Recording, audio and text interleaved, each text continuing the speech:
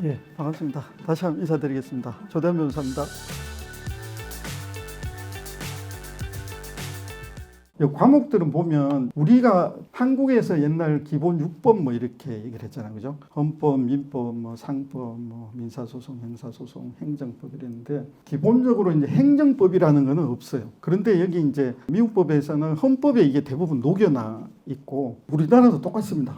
그러니까 뭐 하늘에서 뚝 떨어지는 특별한 게 아니라 똑같은데 분류 방법이 이 substantive law라는 거는 실체법, 그 다음에 procedural law라는 거는 절차법이죠. 그래서 기본 7법이 어디 있냐 하면 여기 이제 private law는 사법이죠. 그죠? public law는 공법입니다. 그래서 이 사법의 가장 대표적인 게 뭘까요? 토트죠. 그 다음 contract, 그 다음에 real property. 이게 우리로 말하면 이제 민법에 들어가 있고 상법에 들어가 있는 문제죠. 근데 그 분류 방법이 우리하고는 이제 조금 다릅니다. 왜냐하면 이제 우리가 뭐 계약을 통해서 서로 이제 당사자 간의 거래 관계, 견인 관계가 있어서 프리비티가 있을 때 한출액이 있다면 그냥 아무것도 모르는데 누가 와서 때렸어. 그래서 이제 뭐 상대방한테 손해배상을 해. 이런 토트 문제가 있을 수 있고 리얼 프로퍼티는 우리로 말하면 물권법이죠. 그죠? 그래 채권, 총칙, 강론, 그다음에 전체 그 민법 총칙에 나온 내용들이 여기에 이제 다 녹여나 있고 여기는 물권법에 나온 내용들이 녹여나 있다고 생각하면 됩니다. 그래서 우리하고 크게 다르지 않은데 다만 개별 사안에서 원리가 조금씩 다르다. 그러면 원리가 다르면 어떻게 될까요? 솔루션도 좀 다를 수 있다. 여기 이제 퍼블릭 로에는 컨로가 있죠, 그죠? 컨스티튜셔널 로, 그 다음에 이제 프로시저럴, 크리미널 프로시저가 있고, 여기는 크리미널 로가 있고, 그 다음에 시빌 프로시저가 있고, 에비던스가 있습니다. 그럼 이렇게 따지면은 총 이제 몇 개입니까? 과목이? 하나, 둘, 셋, 넷. 그런데 이거는 같이 합쳐서 해요. 왜냐하면 양이 작기 때문에 한 과목으로 그래서 다섯, 여섯, 일곱 과목.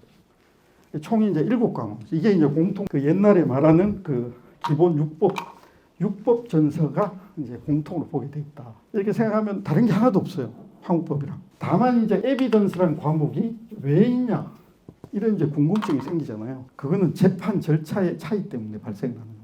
우리나라는 주어리 시스템이 아니잖아요, 그죠? 배심원 시스템이 아니라서 증거 능력, 증명력 이런 걸 다 판사가 판단을 하잖아요, 그죠? 근데 여기는 주어리 배심원들이 있기 때문에 그 들어오는 증거를 이거는 증거로 할 수 없어, 이거는 증거로 해야 돼 해서 일반인들한테 보여주는 증거의 일정 양을 제한하는 겁니다. 그리고 판단할 때 어떤 식으로 판단해야 된다. 뭐 이런 제한들이 굉장히 많습니다. 그래서 이거는 이제 영미법의 특이한 재판 절차 때문에 생기는 거다. 그래서 우리는 그래 에비던스라는 게 크게 이제 책에 보면 나오지 않는데 여기는 굉장히 이제 다양한 형태의 원리들이 있다. 그래서 어프로치 하는 거를 에비던스 할 때 이건 왜 봐야 돼? 히어세이가 어떻고 막 이렇게 이제 골치 아프게 생각하지 마시고 이게 재판이 다르기 때문에 그럼 주어리가 이제 대배심이 있고 소배심이 있으니까 이렇게 해서 그 어프로치가 되니까 되는구나 이렇게 이해를 하면 그 뒤에 이제 그 필요한 부분을 배우시면 되죠, 그죠? 케이스랑 연결해서 그러면 훨씬 더 빨리 이해가 되고 시험을 할 때 이제 어프로치가 자기가 빨리 갈 수 있지 않을까. 그리고 예를 들면 뭐 증권 거래를 할 때 우리는 시험 칠 때 상법을 치더라도 증권거래법 이런 게 특별히 많이 나오진 않을 거예요. 근데 여기는 코퍼레이션해서 기업법을 할 때 그런 증권거래 인사이더 트레이딩 같은 거 있잖아요. 그런 것도 나와요. 왜냐하면 좀 약간 실용 학문이기 때문에 그 예를 들면은 계약을 체결을 했는데 상대방이 계약을 위반해요. 계약을 위반하면 우리 어떻게 합니까? 손해배상 청구하고 뭐 가압류, 가처분 이런 거 다 할 수 있잖아요. 그런데 영미법에서는 손해배상이 기본이고 가압류, 가처분은 기본적으로 할 수가 없어요. 왜 못하냐 이렇게 하지만 보충적으로만 할 수 있다. 보충적으로만 할 수 있기 때문에 거기 원리를 보면 adequacy 테스트를 거쳐야 된다. 뭐 이런 것들이 나와요. 예를 들자면 그럼 왜 이런 게 생겼지? 이런 의문이 가질 거 아닙니까? 영미법 개통에서 옛날 판사들이 성직자가 많아요. 성직자가 판결을 했는데 야 너 이거 토지를 이 사람한테 양도를 해 이렇게 했는데 안 지키면 형사처벌을 받았어요. 법정 모독죄로. 그러다 보니까 그 형사처벌을 받기 전에